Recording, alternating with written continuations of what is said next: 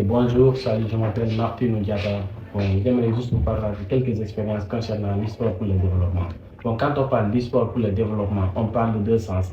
L'e-sport de manière générale, on parle de physique et de mental. Quand on parle de physique, on parle d'une partie du corps, comme les muscles et l'ensemble des autres éléments du corps. Et quand on parle de mental, on parle de l'aspect psychologique de de l'homme. Et spécialement, je parle des étudiants qui sont à l'ISOP de classe qui apprennent cela.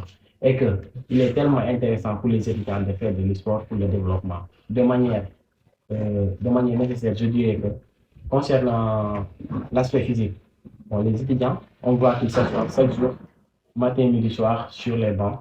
Et que si on les laisse sans faire de l'e-sport, il se pourrait qu'ils soient atteints de la sédentarité. Et que la sédentarité est une maladie qui des millions de personnes, des millions et des milliers de personnes chaque année. Et qu'il est préférable que les étudiants le fassent. C'est nécessaire. Bon. Concernant l'e-sport, les bienfaits de l'e-sport, on peut les constater.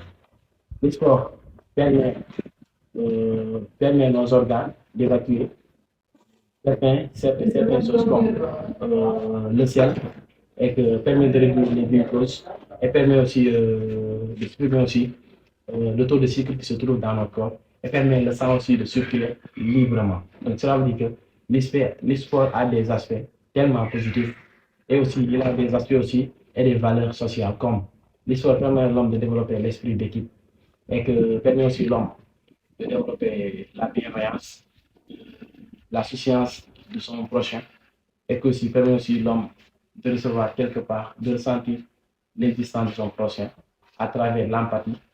Et aussi, quand on parle de l'aspect psychologique, le sport forme l'homme dans sa domaine à travers l'ensemble de ces mouvements qu'il font comme de manière cognitive, personnelle